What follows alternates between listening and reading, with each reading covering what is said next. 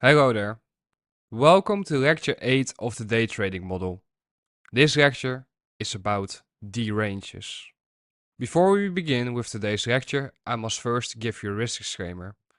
TOTK is an educational platform only, meaning all of the content that I share within these lectures, especially for the mentorship as Susie, is meant for educational and/or entertainment purposes only. I am not a financial advisor, meaning everything I say must be taken purely for the reasons that I just described to you. I am not giving you any investment advice, and if you want to read the full risk disclaimer and terms of services that you agreed upon when joining the mentorship or TOTK, you can do so by going to theonesthatknow.com. Before you watch this lecture, there are first a few things that are obligated for you to know. You need to have a solid understanding of market maker models.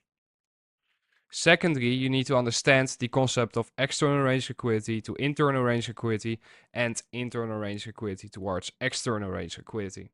If you do not understand these concepts yet, I apologize, but you should go back in time and watch all the lectures about these topics in order to gain or to build a solid foundation before watching this lecture. Else, the order in which you are getting introduced to the concepts that I'm about to share with you will not be correct. Everything that I'm teaching within this mentorship is being shared within an order. And this order is the order in which I would highly suggest you to study. The table of contents for this lecture are as follows. First of all, we're going to take a look at defining ranges and their respective functions. Secondly, we're going to take a look at a simple method for defining ranges.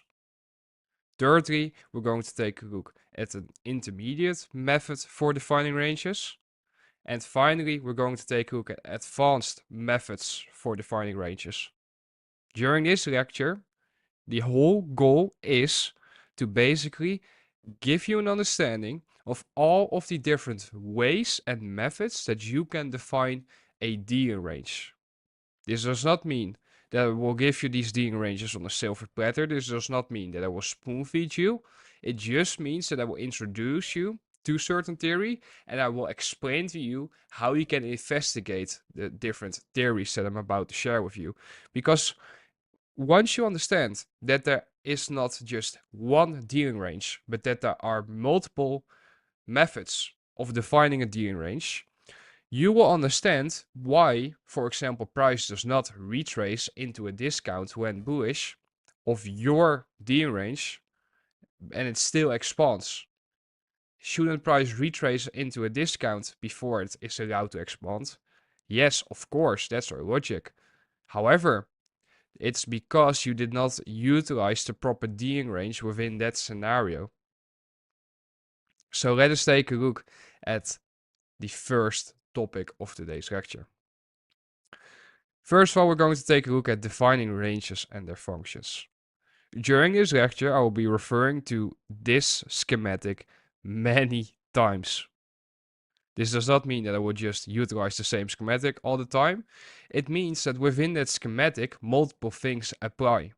Because if we understand that every single dealing range has a range high and a range low, we should also understand that every single range therefore has a middle point, 50%. This is what we call equilibrium. This is a crucial reference point within the current dealing range because it tells us whether or not price is likely to expand towards the opposite side of the range when price gets to that price level. Because first of all, we need to understand that the function of equilibrium is the following. The function of equilibrium is to show to us whether or not price is in a premium, meaning in the upper 50% of the range, or in a discount, in the lower 50% of the range.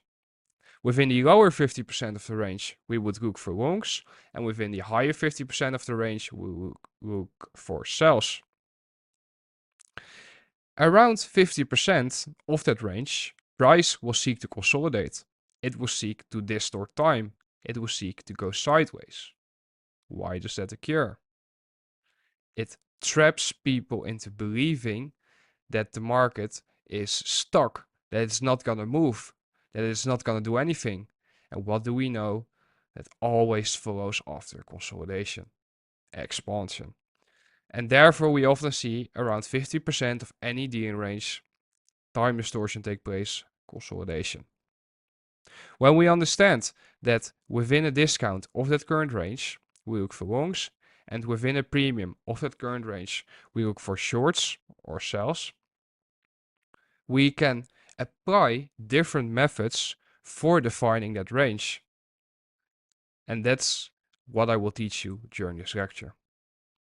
We're first going to take a look at a simple method for defining ranges. The most simple method for defining ranges is measuring the dealing range from the range low, from the absolute lowest price level to the absolute highest price level of this current price swing.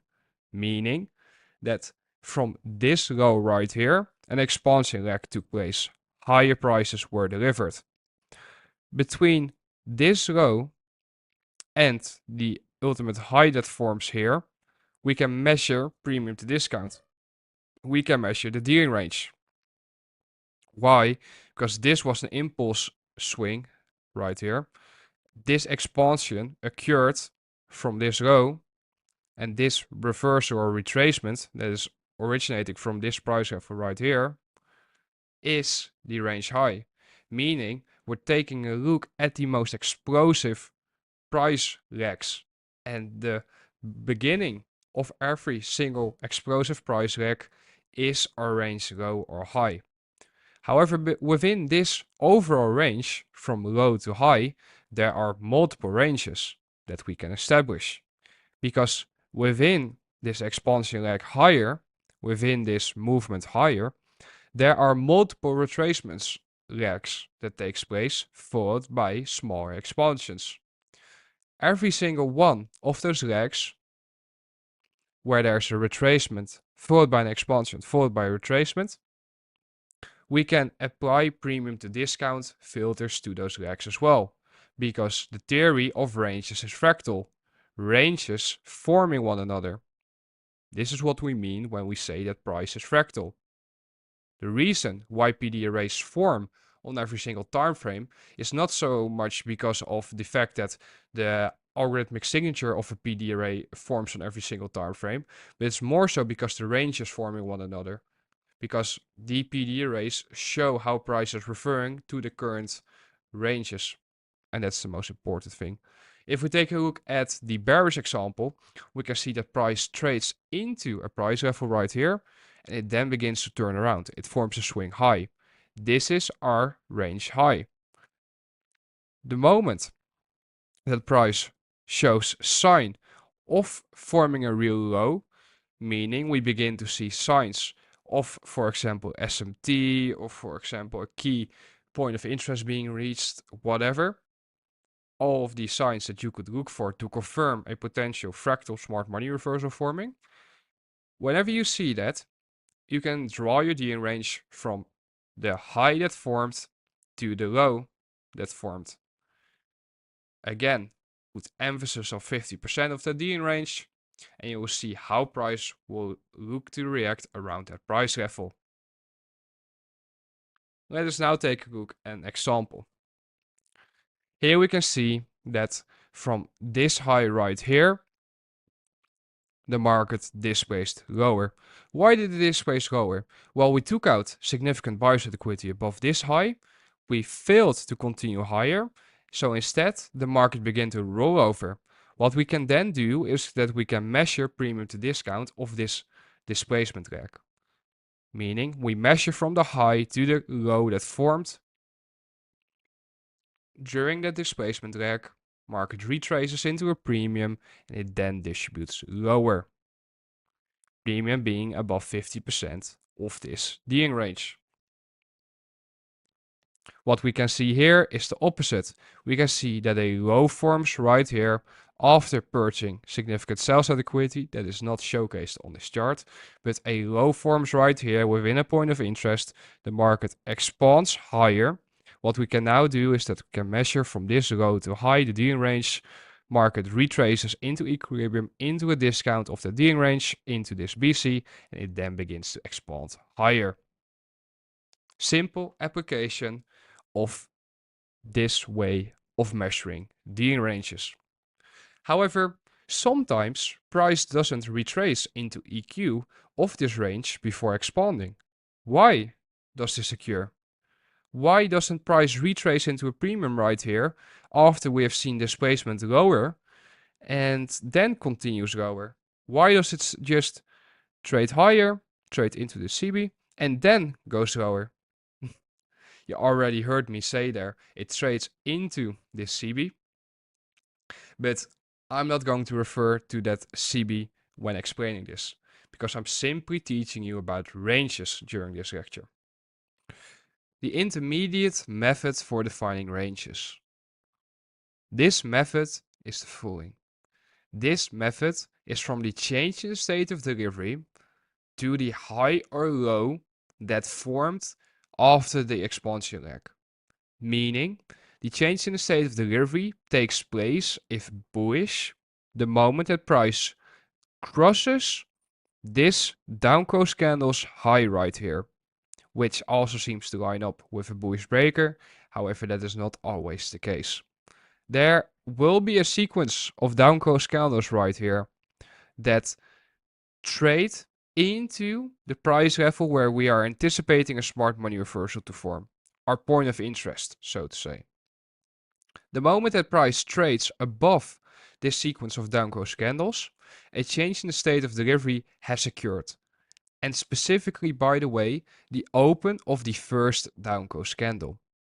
When this occurs, we can anchor from the open of that first down close candle to every single swing high or short-term high that forms after that, and we can measure premium to discount.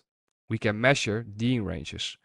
Meaning, what we can do is that, for example, we can anchor from this open right here all the way to this high, and then we can see what the true dealing range is. The true dealing range being the range that IBDA will look to refer to. The reason why this is the case is because of the following. When price has a change in the state of delivery right here, the moment that this price level gets crossed, a new delivery program is on the way. Meaning that IBDA will seek to deliver in a certain sense. And therefore, there are reference points that are important for IBDA to be able to refer to. What reference points are important? Every single reference point that is available within that new range. That new range gets created the moment that price trades above the open of the down close candle. And therefore, from the open of this down close candle all the way to the range high that forms here at this price level, we can see how price will gravitate to every single key price level within that range. The most obvious one being, of course, 50% of that range. You might be wondering, how could this be useful? Well, if we know that a high is likely to form in this area, and we begin to see signs of that high forming, the moment that price begins to show those signs, we can look to short. What can we target? Equilibrium of that range, at least. What if we're bearish? What if we are seeing bearish delivery take place? Well, what we then see is quite the opposite. We see that price trades into a price level where we're anticipating a high to form, or smart money reversal. And the moment that price trades below the open of the up close candle right here that sets up this final run higher. It's important to note that I'm not referring to the down close candle here. I'm referring to the first up close candle that forms after the low forms here. The moment that price trades below the open of that up close candle, a change in the state of delivery has taken place, and we can anticipate sell side delivery to occur next. When we see the sell side delivery occur and the market reaches a price level where it could potentially form a low, where we could potentially see buy side delivery occur next, note this occurs also at the right time usually. When we see that and we see that row form, we can measure the dealing range from the open of this upclose candle to the low that formed right here. You can see equilibrium, and that would be our first target. Now, I want you to take a good look at these charts. I want you to take a good look at what I'm showcasing to you here. Are you seeing how what I'm showing to you is a simple schematic of how price trades above or below external range liquidity and then draws towards internal range liquidity? If, for example, this expansion leg higher made price trade above an old high, above external range liquidity relative to the range from that high that formed somewhere right here to the low, price creates a new high, so it has taken out external range liquidity. What can it retrace towards now? Towards internal range liquidity, towards 50% of that new dealing range. If, for example, price was bearish and we have seen price create a new low, meaning we have taken out a low that formed in this area right here. When it comes to in this area, I mean, by the way, in this price range, in this price area. Meaning the old dealing range was from this low or this low's area to this high. We then took out that low, meaning creating a lower low. So now the dealing range has shifted from that high, or this highest price range, I should say, because we know that there are multiple methods to define that range, from that highest price range towards that low, meaning we have taken out external range liquidity, sell side liquidity, liquidity that was resting below that old range's low. What can we anticipate now? We can anticipate price to draw back towards internal range liquidity, and that is where that 50% price level equilibrium comes in handy. Let us now take a look at the schematic that was shared prior. Why does price not retrace into a premium of that dealing range from this high to low? And as you can see, here you have your answer. The answer lays in the following. The open of this upclose candle right here was utilized to send price higher, meaning price opened up here, formed a low, and it then immediately repriced higher, taking out this buy side liquidity right here. We then rejected that high and we displaced below this candle's open. What is this candle? This candle is a bearish order block. We then see price distribute lower, displace lower. So what can we now utilize to define this price range? We can define this price range, this dealing range, by taking the open of this upclose candle to the low of this candle, measure premium to discount. We see price retrace into equilibrium of that range, and there it goes. You might be wondering, why specifically this upclose candle? Why not an upclose candle that formed right here? It's because on the lower time frames, this upclose candle was a fractal smart money reversal. And we are now on a relatively higher time frame because you can see less candles. If you would go on a lower time frame, you would of course see multiple candles and you would see multiple upclose candles in a row, and then you would take the lowest. Here we can see another example. Why does price not retrace into a discount before continuing higher? Why does it simply retrace into here and then expand higher? It's because this is not the way to define real dealing ranges. I'm going to give you a second to take a look at this chart, and then I want you to think about the following. Where should it be anchored to? Where should the low of the dealing range be anchored to? Please pause it. The low of the dealing range should be anchored to the open of this down close candle. The reason why this down close candle is so important is because this down close candle was utilized to reprice lower into the price level where we were anticipating a smart money reversal to form, meaning the moment that price crossed the open of this down close candle, a change in state of delivery occurred, buy program was confirmed, and now this is the dealing range. From this candle's open to this candle's high is our dealing range. We measure premium to discount, and we can see that price retraces into equilibrium and it then expands higher into discount. I apologize for the course of premium to discount now being switched over relative to the previous examples. My OCD can't handle that. We're now going to take a look at advanced methods for defining ranges. First of all, we're going to take a look at the previous cycle range. And secondly, we're going to take a look at ranges between crucial price levels. First of all, we're going to take a look at the previous cycle range.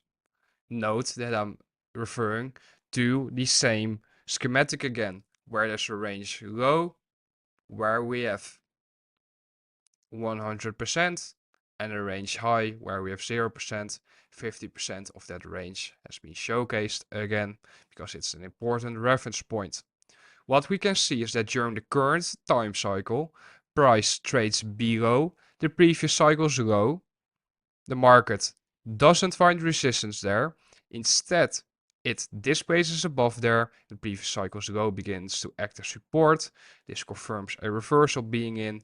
We then see price trade towards equilibrium of the previous cycle's range, 50% of that range. Market displaces above 50%, and we then begin to see the market draw towards the previous cycle's high. When does this occur? This occurs when a reversal scenario is in play, where we see a run on the sell side liquidity below the previous cycle's low, and we begin to see the market reverse and draw towards buy side liquidity next. That buy side liquidity rests above the previous cycle's high.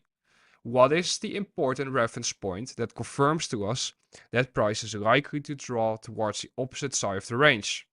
That reference point is equilibrium.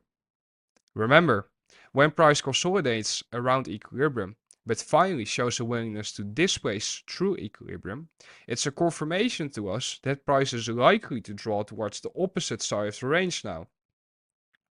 If we take a look at the bearish example, it looks like the following. It looks like the market takes out the previous cycle's high. It fails to act as support on price, so the market trades below it. Then the previous cycle's high begins to act as resistance on price, and we begin to see the market roll over. Premium raise acting as resistance on price, sell side delivery occurs. Market consolidates around 50% of that range, and when it finally displaces through it, we can anticipate the previous cycle's low, which is a crucial reference point for sell side liquidity, to be attacked, to be drawn towards. Let us take a look at some chart examples. First of all, I want you to take a look at this chart example, and I want you to simply pause the video and just see and try to analyze what you can gain from the data that is available right in front of you. Pause the video right away, please, because you do not want to miss this opportunity to learn. Don't press on play until you have completely analyzed this data. I'm going to add 2 price levels to this chart. If you did not pause this video, you wasted this opportunity to learn. We're going to take a look at the 1 to 2:30 time cycle, meaning the 90-minute cycle of the PM session. Or I should say the second 90-minute cycle of the PM session. I annotated the low and high of the first 90-minute cycle of the PM session. We know that during the second cycle, IBDA will refer to the high and low of that previous cycle. The moment that price opens up at 1 p.m. right here, and the market doesn't show a willingness to trade towards the previous cycle's high above this high, because it didn't have to anymore, enough buy-side liquidity was already attacked, we can anticipate the market to draw towards the first cycle's low. However, what confirms this, you might be wondering? Think back to what I just outlined to you. Equilibrium 50% of the previous cycle's range is a crucial reference point. Here I have annotated 50% of that previous cycle, meaning this fat red line showcases equilibrium of that first PM cycle. The market displaces through that with a CB. It shows a willingness to move lower. Market retraces into that. Time distortion takes place, meaning the market consolidates, and then it finally begins to roll over and it draws towards the first PM cycle's low. Now, what I want you to investigate is how price consolidated around this price level right here on the buy side of the curve, and that when the sell side of the curve took place, the same basically occurred. Time distortion around 50% of the price range. The market then displaced below the previous cycle's low, and note that when the market retraces, it doesn't retrace any higher than the high of that 1130 candle, which is the candle that formed the low of that first PM cycle. And what do we know? When price trades below PXL, PXL has to act as resistance on price for price to continue lower. The market then expands lower towards the third AM cycle's low, the full AM low, and note that that candle acts as resistance on price as well perfectly to send price lower even during the session. We're now going to take a look at the next example. Please pause your charts before I put my lipstick on. Again, if you do not pause your chart, you are wasting this opportunity to learn. So please pause it. For your info, we're going to take a look at the 11:30 to 1 time window. That means that you are going to have to look at 10 to 11:30 and see whether or not you can see any significant lipstick that can be applied there.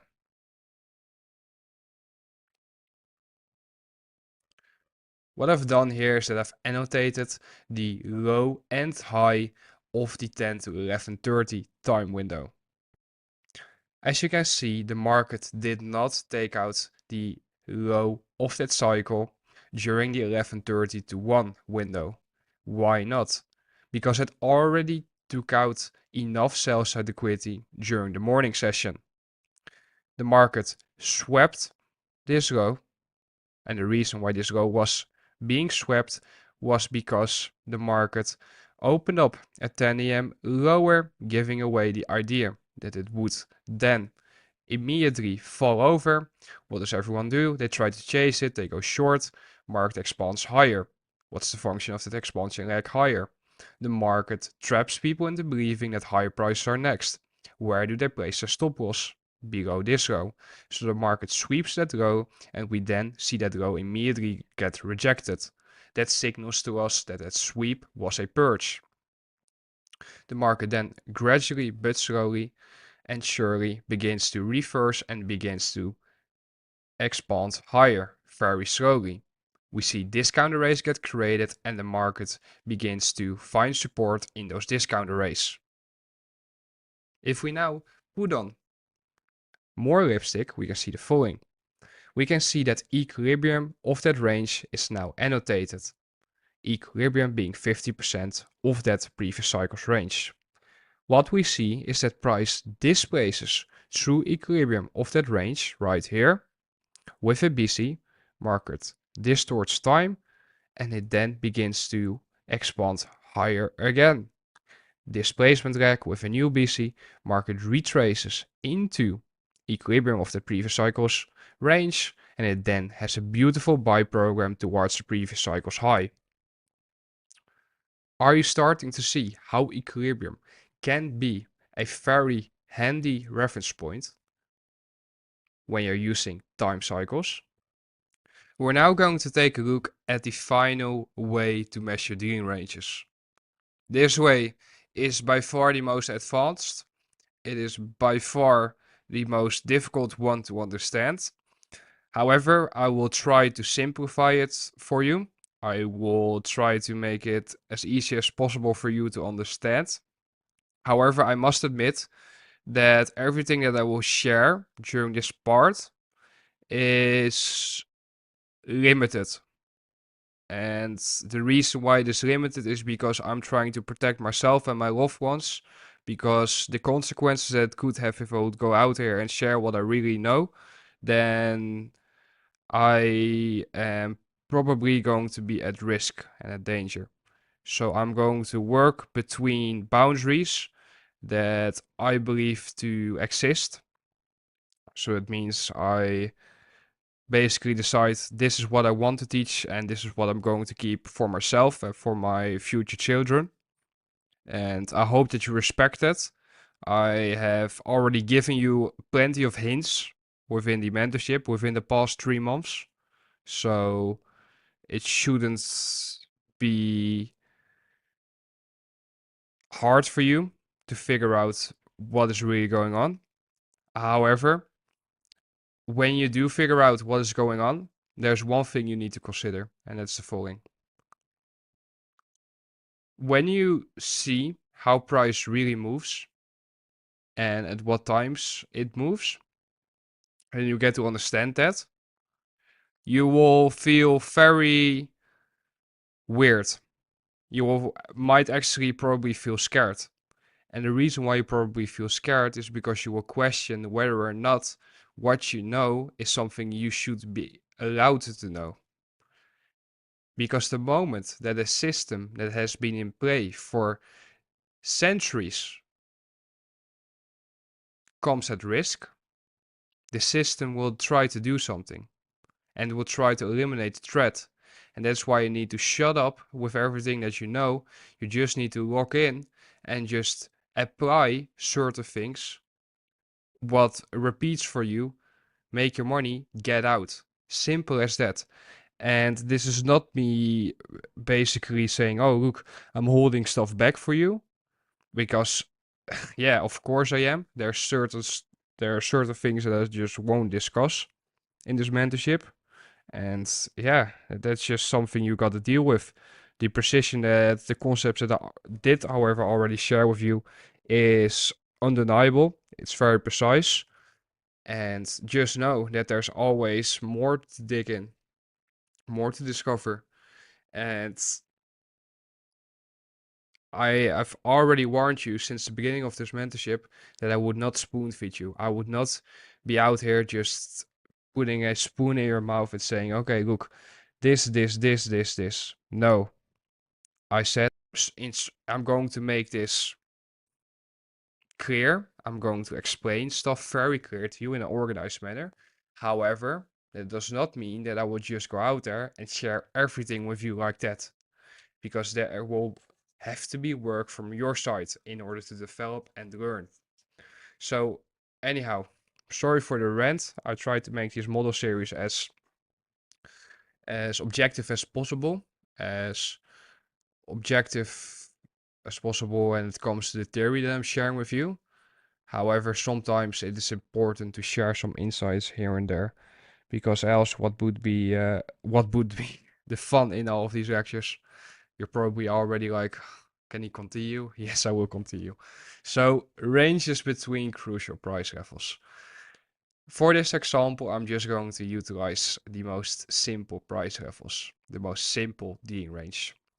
We have already understood the logic from a range low and a range high, and 50% of that range being equilibrium. Instead of now looking at past price action, we're going to look at price levels. You might be wondering, price levels? Why are you looking at price levels? How is it possible that algorithmic signatures are present when there is no past price action? Think about that question for a second.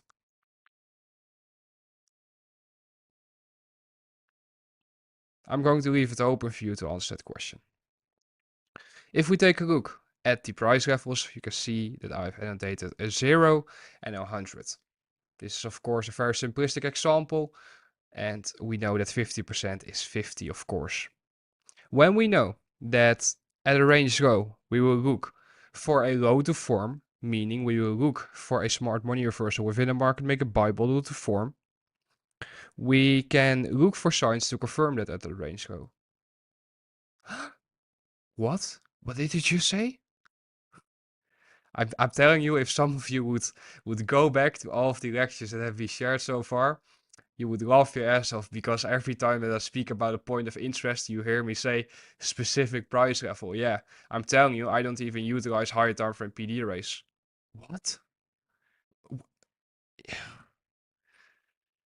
There's so much data available for you to utilize, and you just got to understand that the higher time frame PD array is simply a algorithmic signature of very specific things occurring. And if you want to go down into a very precise path where you're exactly trying to look for the SMR areas, then you would have to research what I'm sharing with you right now. However, if you're okay with saying, okay, well, price could tap into this price level and it could go a bit beyond it, because the POI, the point of interest, is this big, then sure, go ahead. Be content with that. But if you want to be very precise, this is how you do it. So you have a price level where you're looking for a smart money reversal to occur from. Price taps that price level, smart money reversal within the market make a buy model unfolds, and the market reverses and expands higher. Equilibrium, 50% of that range. We can anticipate time distortion and consolidation to take place. When price breaks through equilibrium, we can anticipate the opposite side of the range to be reached. Now, when the opposite side of the range gets reached, one or two things can occur. The market either reverses or retraces, or it continues through the price level, meaning it breaks above the price level. When it reverses or retraces, we of course see the signatures present that could, for example, showcase a market maker sell model fractal to you. However, what happens when price expands above the price level? What could we then anticipate? Well, here you're going to learn something that is completely unknown to 99.99% of everyone out there, of all traders, I must say. And it is something that many people can't even get their minds around. Because if we understand that ranges are fractal, how could a range be fractal? The only way for a range to be fractal if that range is being formed inside of a larger range. Okay, well, if we know that, then that larger range consists of multiple smaller ranges. So now some of you are already probably guessing and thinking, well, when price breaks above 100, what is the next range? Smart ones, the quick ones, have already thought of the following. Well, that zero that you're looking at, that could turn into 100. And what's the next range? 100 to 200. Okay. So if we now have a new range established, what will we be looking for? We will be looking for the market to retrace into the 100 price level, smart money reversal to originate from that price level, market maker buy model should occur. Equilibrium is where we can anticipate consolidation and time distortion. When price displaces through that price level, price is likely to draw towards the opposite side of the range.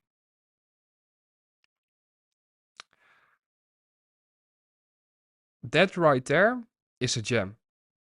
And I want you to investigate that, what I just shared with you. Taking a look at crucial price levels.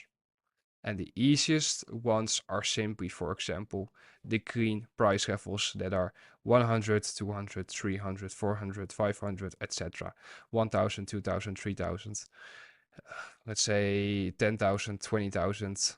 Let's say, for example, 100,000, 90,000, 80,000, etc. That's how you can calculate points of interest based on simply price. Again, like I said, there are different ways to utilize this information. However, this is the foundation, and there's way more that you can look into when it comes to this. And there's way more we will look into together as well during the upcoming months. However, this is something where not only me as your mentor, but also you have to be careful with, because there are limitations, there are people watching, and the moment you step outside of certain boundaries, funky shit can happen. Let's keep it that way. So let us take a look at some chart examples now. So for the chart examples, we will be looking at the ES chart. The reason why I've chosen ES is because it is a market with a relatively low value compared to, for example, Nasdaq or the Dow Jones, and therefore the calculations are rather easy to be made. So what we're going to do is that we're going to draw horizontal lines at every single 10 handles, a handle being, for example, from 43.50 to 43.51. And we're going to divide every single 10 handles into two parts, meaning we're going to annotate equilibrium 50% of that price range as well. Equilibrium being showcased with the orange line. What we can see is at 8:30 we had some type of high impact news driver or medium impact news driver. Market opens up, distributes lower or manipulates lower, I should say, and it trades nearly into the 43.50 price level. Market forms a low there, and there it expands above the 43.55 price level.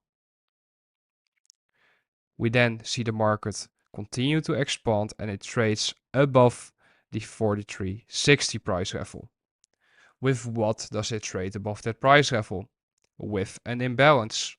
Now note that the market trades above that 8:30 high, time distortion takes place, the market consolidates, and it then begins to expand higher. Note that there's a BC that forms right here. The market consolidates again and it begins to expand. It trades above equilibrium of that new range at 43.65. Market consolidates, time distortion takes place. And then 9:30 comes along and the market begins to run higher aggressively, trading towards the 43.80 price level. What we can see is the following based on this chart. We can see that on a day where the market was programmed, engineered to expand higher during the morning session, or during this part of the morning session, I should say, every single key price level, when it comes to the calculation we just utilized, not saying that there aren't any different calculations, every single 10 handles is a crucial price level. So what is occurring is the following. When high frequency trading algorithms have detected that a low is in right here after 8:30, every single time that price crosses such a price, that is 10 handles above the inception, 43.50 right here, every single time that price crosses, for example, 43.60 or 43.70 or 43.80, they buy. They just keep on spooling. They keep on buying, buying, buying. Why are they doing that? Because they know that the market is predetermined to expand, and therefore, every single time that the market shows to them that it is bullish, meaning that specific price levels are getting violated, they know that they can keep on buying it. And this is, of course, a way of breakout trading, and this is by no means efficient, because where a high frequency trading algorithm that trades like this buys on the breakout, we buy on the retracement into a discount array where the market is likely to form a low before continuing higher. And it's of course a way more efficient way of entering than just simply buying it on a breakout. But I want you to study how price reacts of these price levels. I want you to study how price moves between the levels, how it moves between range low, equilibrium, range high during this whole leg higher. And secondly, we're now going to take a look at the next example, where we see again that we've divided the ranges in 10 handles, and equilibrium, of course. And what we can see is that from 9:30 on, we see manipulation lower occur, and then around 9:58, around 10, I should say, the market trades into the 42.65 equilibrium price level. Now notice that mean threshold of this bullish breaker forms exactly at 42.70. It's probably random. The market forms a low right there and it begins to expand above the 42.70 price level. Notice that the BC breaks through that price level. This moment on, a change in state of delivery has occurred. Why? Because the market traded above this high with this wick. We see the market trade above this CB, above this opclose candle, which is a bullish breaker, with a BC inside of that displacement leg, and the market is in a buy program. Now study how the market reacts off that 42.70 low. Smart money buys right here, or high frequency trading algorithms, I should say. Market displaces higher, above where? Above 42.75, which is equilibrium again of the range from 42.70 till 42.80. Notice that the BC breaks through that price level. Time distortion consolidation takes place exactly as anticipated. Why? That is what has been explained during this lecture. The market expands. Where does it stop? 42.80. Market retraces, goes back to that range high 42.80, gets stuck, trades above it, fails to utilize it as support, comes all the way back into that BC that broke through that equilibrium price level initially, and it then begins a buy program. Why doesn't it continue higher here? Why were there high frequency trading algorithms that probably got stopped out on this run lower? They would have bought it right here the moment that price broke above it, because the time wasn't right yet for the market to expand. More liquidity was required, and this is by no means clean delivery. I've chosen to basically showcase to you rather choppy delivery just to prove to you that the logic works and it repeats. What we see is that the market begins to expand, it draws towards the equilibrium of the next range, and look what occurs right here. This is perfect time distortion consolidation that takes place during the 11 to 12 window. This is not a preferred trading window at all, and this is why, because you can't see this delivery take place. Notice that equal highs get engineered right before the 42.90 price level. I apologize for not having it annotated exactly there, but instead with a quarter above it. That's my bad. But what we see is that the market retraces into that small little inefficiency here that broke through equilibrium. Note that the market consolidated around that imbalance as well. Then trades higher.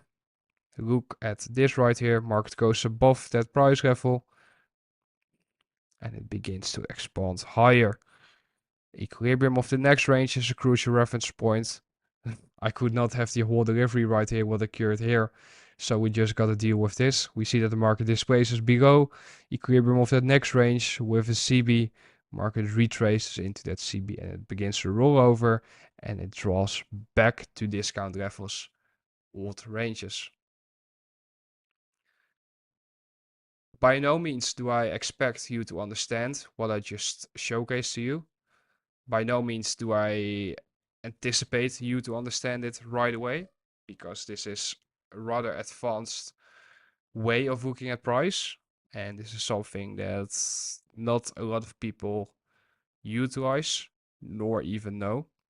So yeah, it's uh, it's a fun way of looking at price because it removes the ambiguity why price does what it does. Because this is all fractal, this even occurs within yearly cycles or monthly cycles. And are you noticing that what we're discussing here are price cycles? We have discussed time cycles, we have discussed AMD. However, we did not discuss how time cycles relate to price cycles, because there are time and price cycles. So that is something that you're being introduced to now. Before I end this lecture, I want to give you some homework. I want you to go into the charts and define the multiple ways of dealing ranges, from simple to intermediate and advanced. Note that you do not need to utilize all of them. Pick whatever you like. And the only way that you can decipher which one you like and which one you appreciate is by simply testing it out and seeing which one makes sense to you. What way of defining the ranges. Figure out which one suits you best, which one suits best your personality, and begin practicing with it. I want to thank you for watching this lecture of the model series. I hope that you found it insightful. I want to showcase you real examples during the next lecture. Meaning, I want to basically bring together all of the knowledge that has been shared so far. This means that we're now going to simply look at the charts and I'm going to share with you my experience when it comes to that, what I'm teaching you. Because I'm teaching you a way of looking at price, and specifically time and price, I should say, that is very uncommon, but it's very precise. And that's what you are seeing week in, week out. You are literally seeing the application of this model that I'm teaching you every single week. Now imagine if you would just capture one of those moves, one of those sweet row resistance liquidity runs. What would that do for you? Imagine that. That's exactly the feeling that you should hold close and you should think about that every time when you feel like giving up. Because eventually it will all be worth it. So I want to thank you for watching this lecture. I hope that you found it insightful and I look forward to speaking to you in the next one. Be safe.